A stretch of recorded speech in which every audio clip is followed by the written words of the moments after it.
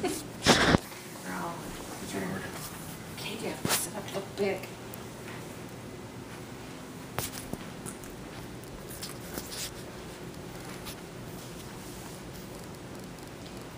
Do you feel that the cost of college tuition is too high? I would assume that most of you would answer yes to this question. These days, the cost of college tuition is one of the main deciding factors when it comes to choosing a college. I feel that students should have the opportunity to choose the college that is right for them, regardless of the cost of tuition.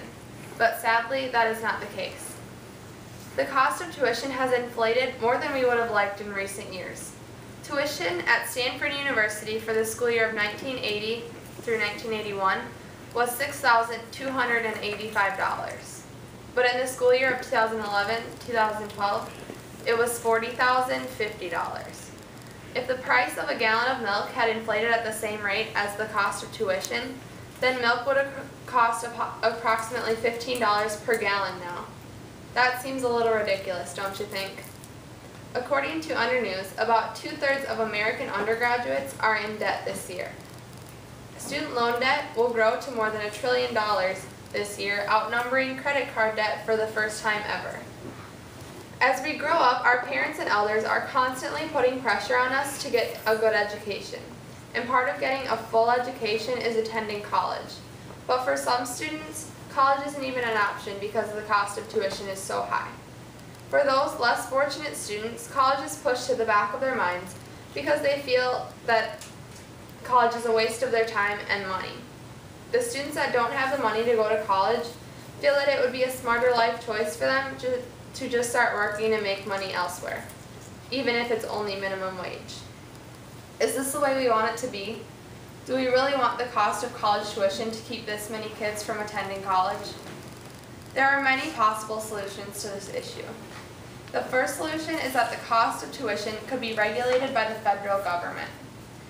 According to the Dig newsroom, there are many reasons for the dramatic rise in tuition, including demand for better residences, cutting-edge laboratories, IT improvements, and administrative growth.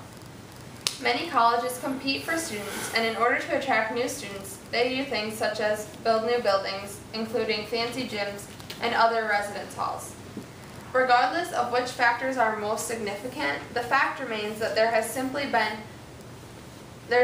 been enough external pressure to force universities to contain costs.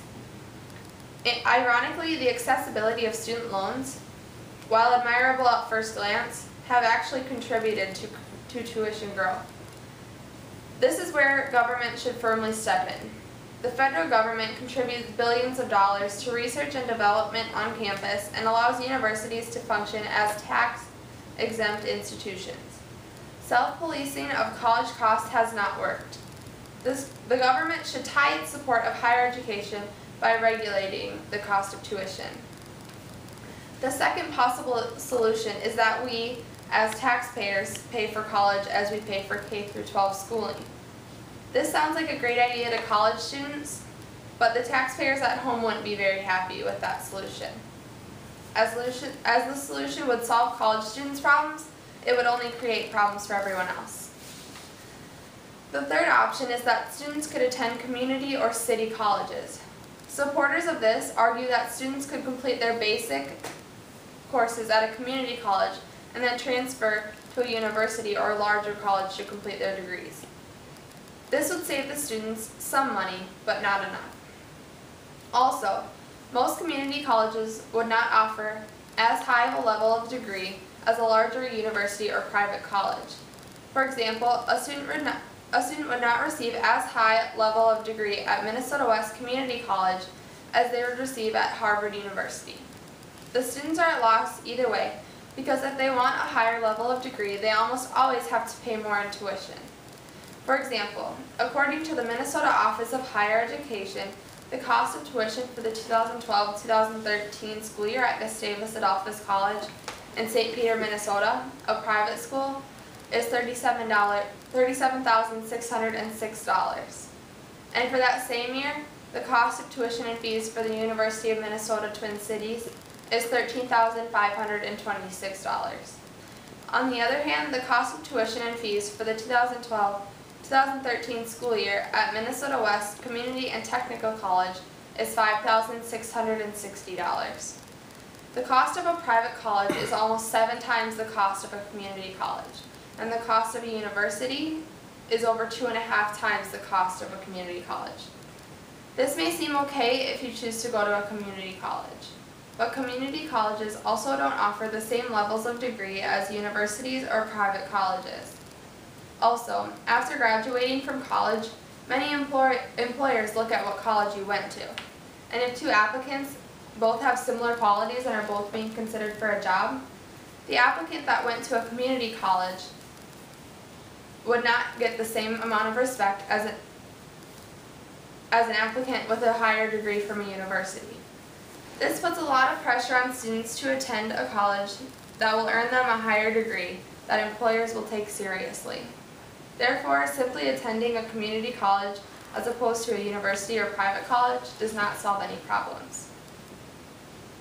Another major issue for college students is the price of textbooks. Why do college textbooks cost so much as opposed to high school textbooks? College textbooks are not paid for like our high school textbooks are. Most college students will spend over $1,000 per year on books. Why so much? Well, there are many reasons for these high costs, but all in all, it is the fault of the college textbook publishers. The textbook publishers add bells and whistles that drive up the cost of the books, and most professors and students don't use those materials anyways.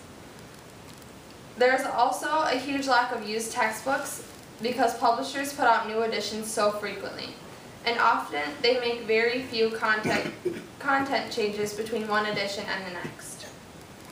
Professors are still forced to upgrade to the new edition every time because the last edition is no longer on the market for students to purchase. Many textbooks come as bundles, and they include things such as CD-ROMs and workbooks, which 76% of professors and students say they don't use anyways. Students rarely have the option to buy a textbook unbundled, but when they do, the cost of a bundled textbook is nearly twice the cost of an unbundled textbook.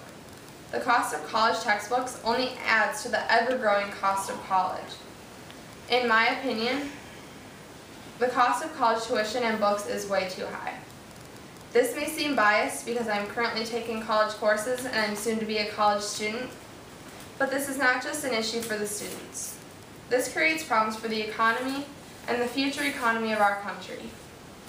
Something needs to be done about the cost of tuition, and it needs to be done soon. The federal government needs to step in and start regulating tuition costs before it's too late. We don't want this one issue to affect the ability of our youth to get a good, full education. We want our students to complete their educations for the sake of our country.